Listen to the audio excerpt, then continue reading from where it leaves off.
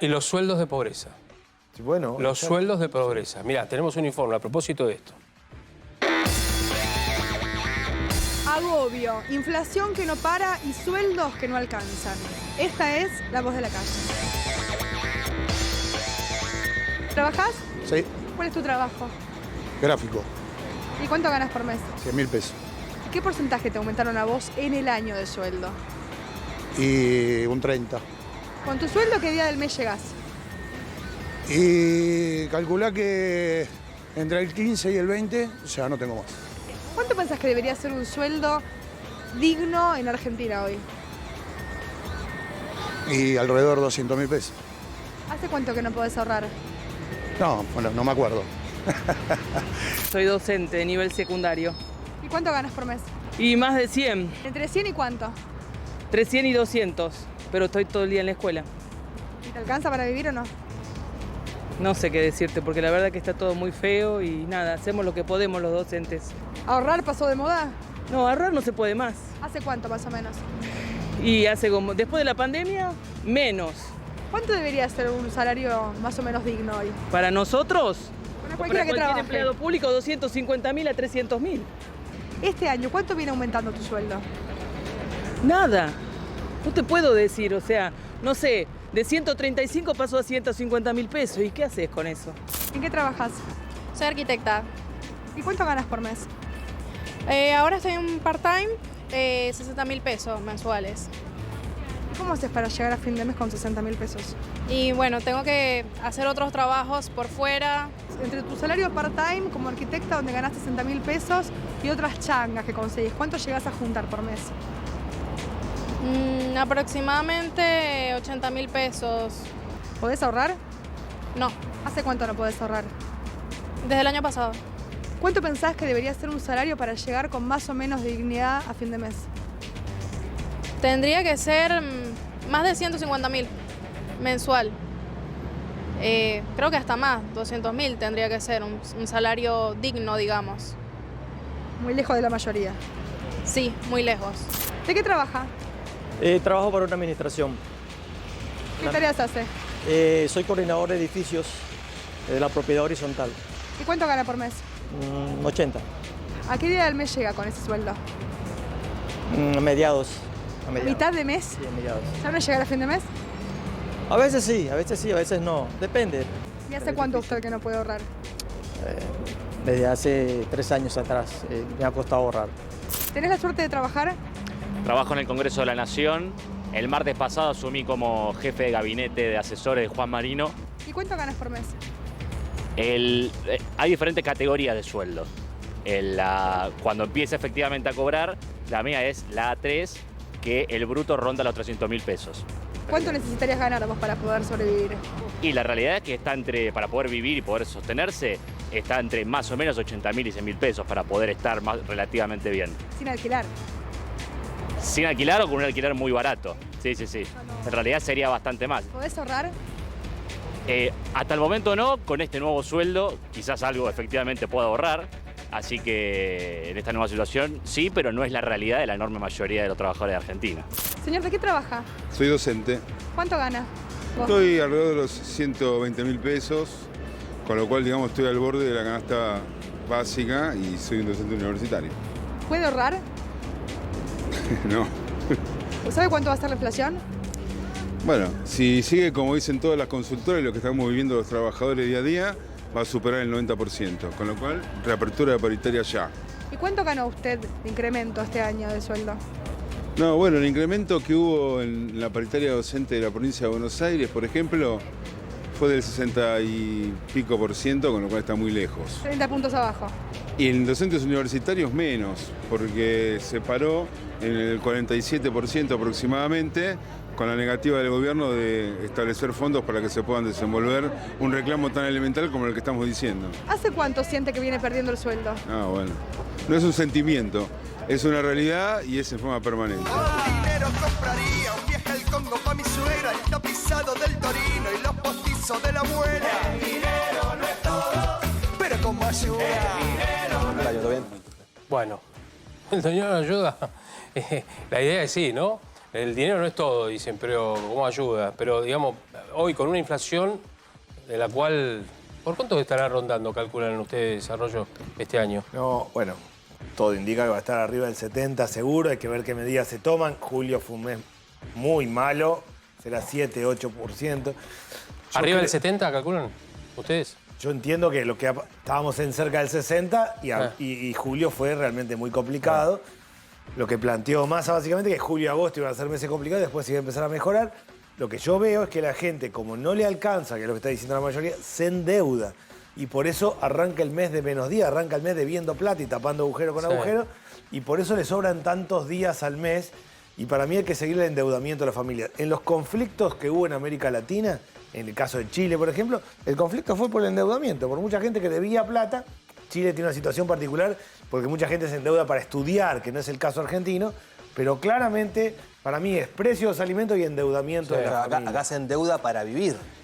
Sí, se endeuda para vivir, se endeuda para alimentarse.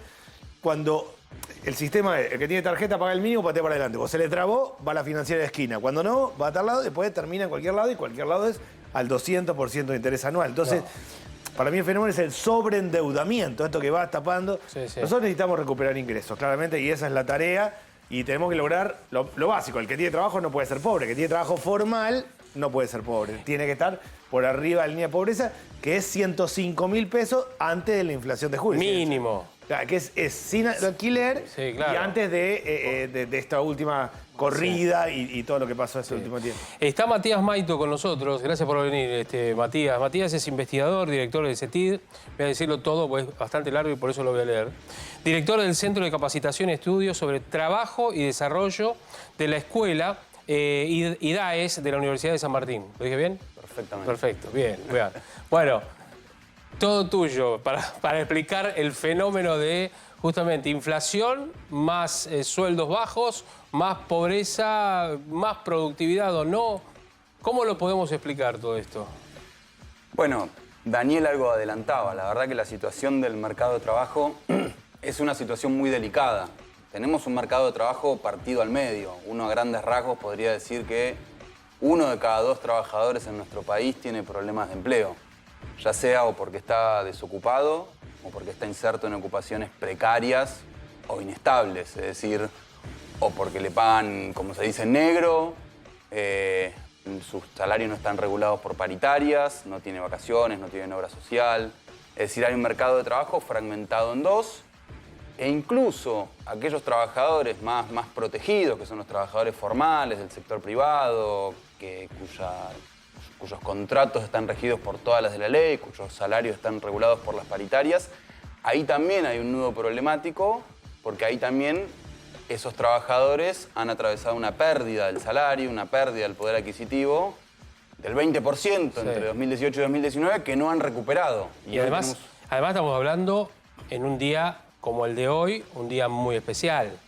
Porque hoy es el santo patrono, en este caso, San Cayetano, el patrono del trabajo, ¿no? Sí, lo hablamos todos los días, en realidad, el tema del trabajo, el tema del sueldo, la inflación y demás, pero hoy es un día muy particular, muy especial también, ¿no? Donde cuando vos ves la imagen del santo, bueno, pensás no solo en tu trabajo, sino en aquellos que no lo tienen todavía hoy, ¿no? Javi, te voy a dar un dato que me acaban de pasar de un enfermero de la capital federal con un sueldo básico de 78.060 pesos, termina cobrando 118.157,46. Sí. Un enfermero formado, con toda la experiencia, recordemos que... Pandemia, la universidad, todo este aporte, y tienen una puja también con el tema de la decisión de incorporarlos al escalafón dentro de lo profesional y no ser administrativos en lo que es la ciudad de Buenos Aires. Pero vos fíjate la cifra, 118.157,46. El presidente dice, bueno, estamos creciendo, ¿no? Lo menciona. Estamos creciendo, la Argentina está creciendo, después podemos poner los puntos si están así o no. Pero digo, si estamos creciendo, ¿por qué está la situación así que hay poca gente con trabajo? O que hay sueldos muy bajos de aquellos que tienen trabajo. A mí me parece que el problema es más lo segundo que lo primero, porque en rigor los niveles de desocupación, en términos históricos, hoy están relativamente bajos, últimos niveles de desocupación del 7%. Pero los sueldos son muy bajos. Pero los sueldos son muy bajos. Porque una buena parte de los ocupados tienen ocupaciones precarias o porque los trabajadores que no tienen ocupaciones precarias también, como bien comentaban recién, tienen sueldos bajos aunque estén protegidos y en empleos formales. Entonces el problema tiene más que ver con los ingresos en este momento que por la falta de empleo. Porque yo digo, hay gente que tiene un trabajo y puede conseguir otro. Pero a veces dice, no, yo por esa plata la verdad que no voy, porque entre colectivo, entre comer, porque tengo que salir de un trabajo y comer algo que yo, no me alcanza. A mí yo permanentemente me cruzo con eso. Hace poquito estuve en un barrio, vino una mujer que le habían ofrecido por un trabajo de 4 horas 20.000 pesos. Y sacó la cuenta delante mío. Tenía que ir y venir todos los días, comerse un sanguchito en el medio y contratar una persona que le cuide los hijos y se le desacomodaba.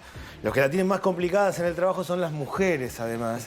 Y mucho una necesidad que tenemos es crear las guarderías en los jardines maternales de 45 días a 2 años, que le permite a la mujer, que es la que en general se encarga de los cuidados de los niños, poder trabajar.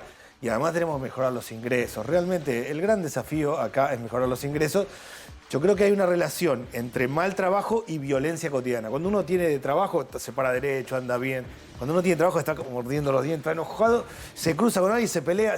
La cosa de estar enojado todo el tiempo, yo vengo dándome máquina, me cruzo con alguien, me choco y a los 2 minutos terminamos los golpes, a los tiros, porque en realidad estamos todos dados vueltas. Entonces me parece a mí que hay un desafío clave acá, realmente, que tiene que ver con estabilizar la macroeconomía, el dólar, las reservas, pero rápidamente los ingresos. A ver, le voy a preguntar a Matías, a ver qué le dice esta placa, ¿no? Mira, estamos hablando de los trabajadores pobres, ¿sí?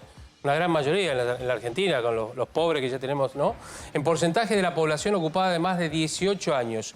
Ha crecido, justamente, el porcentaje de trabajadores pobres. Mirá, si vamos a tomar una fecha, 2010.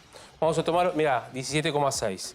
Vamos a 2015, el cierre de Cristina, 15,7. Macri, el siguiente año, 18,1. Al 2018, que explotó, el 2018 explotó, 20,5. ¿Sí? Y mirá cómo estamos hoy respecto de lo último, ¿no? Estamos hablando, está bien, acá pandemia también, ha aumentado bastante, pero la verdad no difiere demasiado de lo que teníamos antes, digamos, ¿no? La pandemia lo que ha agravado un poquitito también, Matías, ¿no? Sí, naturalmente. Pero digamos, esto habla a las claras de cómo estamos y cómo somos. Sí, esos datos marcan la realidad de que hoy tener trabajo no te garantiza no ser pobre. Claro. Y que eso, bueno, obviamente se ha intensificado mucho durante los últimos años. Ahora también el tipo de trabajo que vos tengas... Perdóname, es importante lo que vos decís.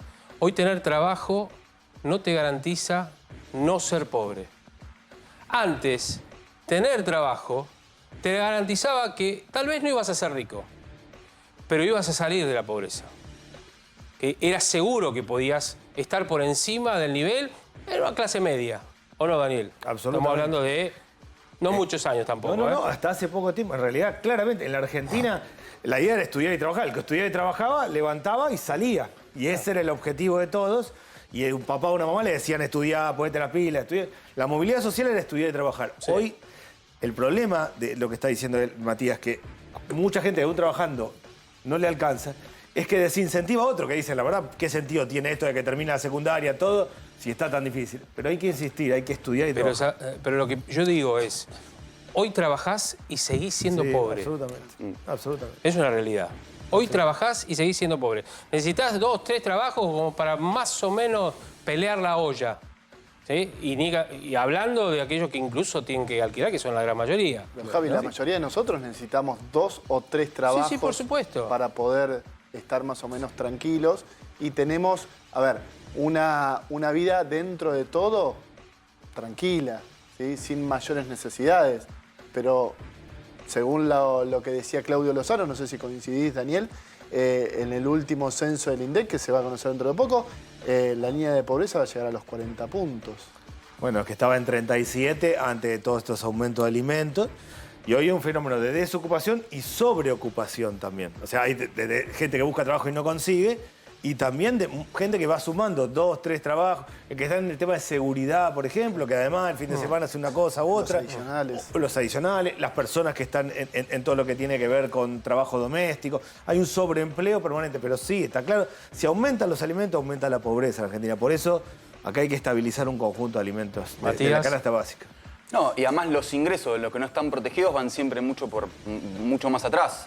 Porque si hoy tenemos 28% de trabajadores pobres, si uno divide la cuestión en función del tipo de trabajo que tiene cada uno, Los trabajadores en blanco, el 15% son pobres, que es un número alto, es un número preocupante. A los trabajadores informales, el 45% son pobres.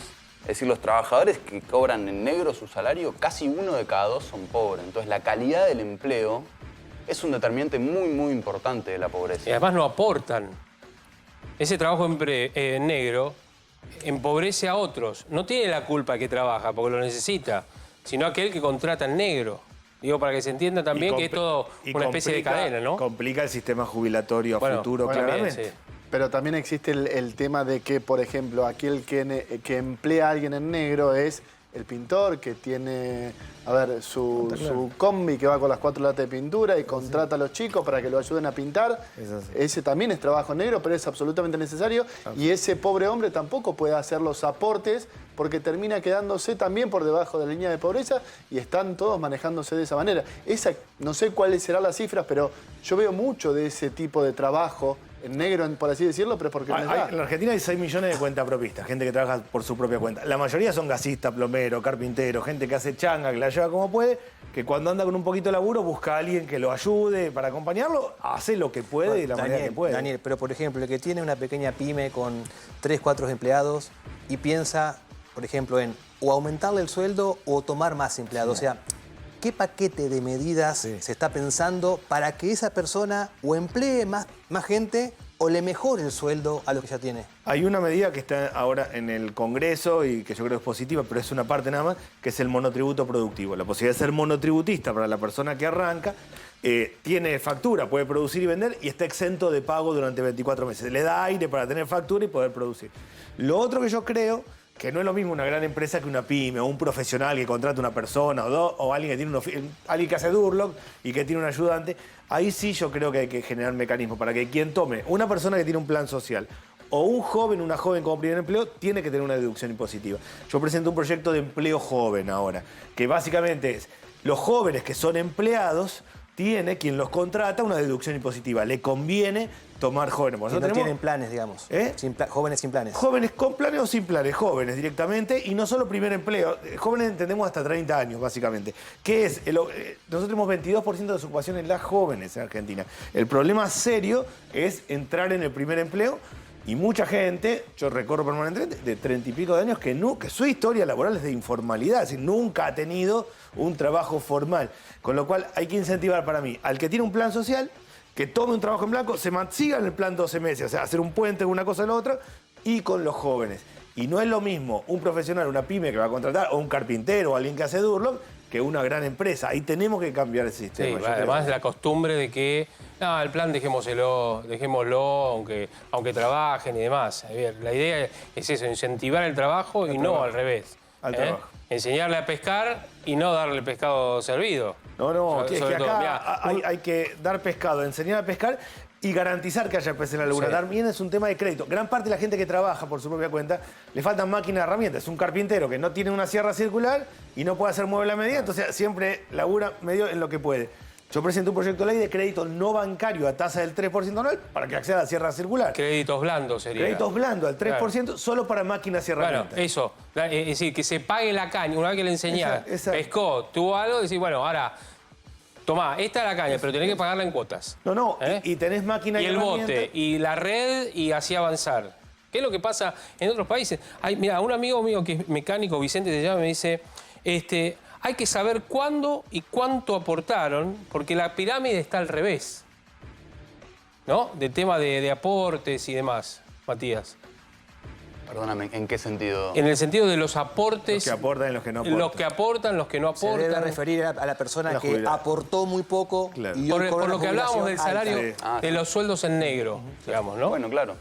Sí, ahí hay un problema, obviamente. Los sueldos en negro desfinancian el sistema previsional y después, obviamente, el sistema previsional tampoco puede, cuando esas personas terminan su edad activa, dejarlos a la buena de Dios. Y ahí estuvieron las moratorias también para incluirlo. Entonces, sí, ahí hay un problema muy, muy grande de que es importante sostener la alta cobertura de nuestro sistema previsional. Sería deseable, obviamente, mejorar los ingresos, pero también hay que fortalecer el financiamiento para que sea sustentable. Tal cual. Hoy mucha gente ha cobrado el sueldo, el salario, porque estamos a día 7. Otros, bueno, que se retrasa un poquitito más, lo cobrarán estos días. Pero yo digo, todo el mundo, nosotros lo que hacemos, lo que corresponde hacer, en medida que vos puedas, es decir, primero pago todo lo deuda. Exacto. O sea, o todo lo que tengo que pagar. Los impuestos, el colegio, esto, el otro. ¿Cuánto te queda? Bueno, es que el gran problema para mí son los que todos tenemos costos fijos altos. No solo el de clase media, el pobre, el que la llega, como tenemos costos fijos altos. O sea, arrancamos el mes pagando un montón de cosas y se nos hace dificilísimo llegar. Pero son costos fijos altos no por lujo, sino por lo que cuesta todo. No, simplemente es Y si se diera un lujo estaría bueno también. Pero por supuesto, pero lo que estoy diciendo, el que manda a sus hijos a la escuela parroquial, que es mucho más barata que otra, pero no le alcanza, el que paga expensas, ni hablar, o lo que fuera, el alquiler. Cuando se discutió la ley de alquileres en el Congreso, una cosa decían es que había poca deuda con alquileres, porque la gente paga el alquiler porque lo que no quiere quedarse en la calle y deja de pagar el resto. Sí. Entonces también está la desesperación, uno no deja de pagar el alquiler porque no sabe a dónde ir y empieza y cuando no puede pagar el resto, se endeuda. Y por eso para mí el gran tema es esto de tanta gente endeudada en Argentina. ¿Hay algún, no sé, de todo lo que has estudiado, Matías, cómo hacen otros países? Y cuando te digo otros países, digo Sudamérica. No hablemos de Alemania, no hablemos de Estados Unidos, no hablemos, ¿viste? Porque uno siempre, obviamente, y hay que compararse o buscar lo mejor, ¿no? Pero digamos, a ver, alrededor nuestro, que están muchísimo mejor que nosotros, ¿cómo han hecho? Bueno, Israel ya sabemos, por ejemplo, hay un caso de Israel, años 80, ¿no es cierto? Redujeron todo. Redujeron el gasto público en general, pero lo redujeron en serio. La gente común también sufrió los avatares y apretaron las clavijas, pero a los políticos, a los funcionarios, a todas las dependencias públicas, apretaron también las clavijas. Es decir, fue en conjunto, ¿no es cierto? ¿Qué pasó en otros países más cercanos a nuestra Argentina? Creo que en principio crecieron. Nuestro país, si uno compara cómo evolucionó la actividad económica en nuestro país con el resto de los países del mundo, en los últimos 50 años nuestro país está entre los que menos crecieron del mundo. Entonces, eso obviamente repercute sobre la capacidad de la economía de generar empleo, sobre la capacidad de las empresas de pagar buenos salarios. Entonces, ese dato para mí es central a la hora de entender por qué nuestro país parece inmerso en un ciclo de estancamiento permanente y de crisis recurrente. Nosotros hace 50 años que tenemos uno de los peores desempeños de la actividad económica del mundo. Bien. Bueno, quiero agradecerles. Daniel, muchas gracias por haber venido. Gracias. Esperemos que esta etapa, mejoremos, la verdad, sea buena, verdaderamente, y que a Massa lo dejen hacer también. Ese sería también... Hay que hacer y hay que sostener en el tiempo lo que se hace, esa es la clave.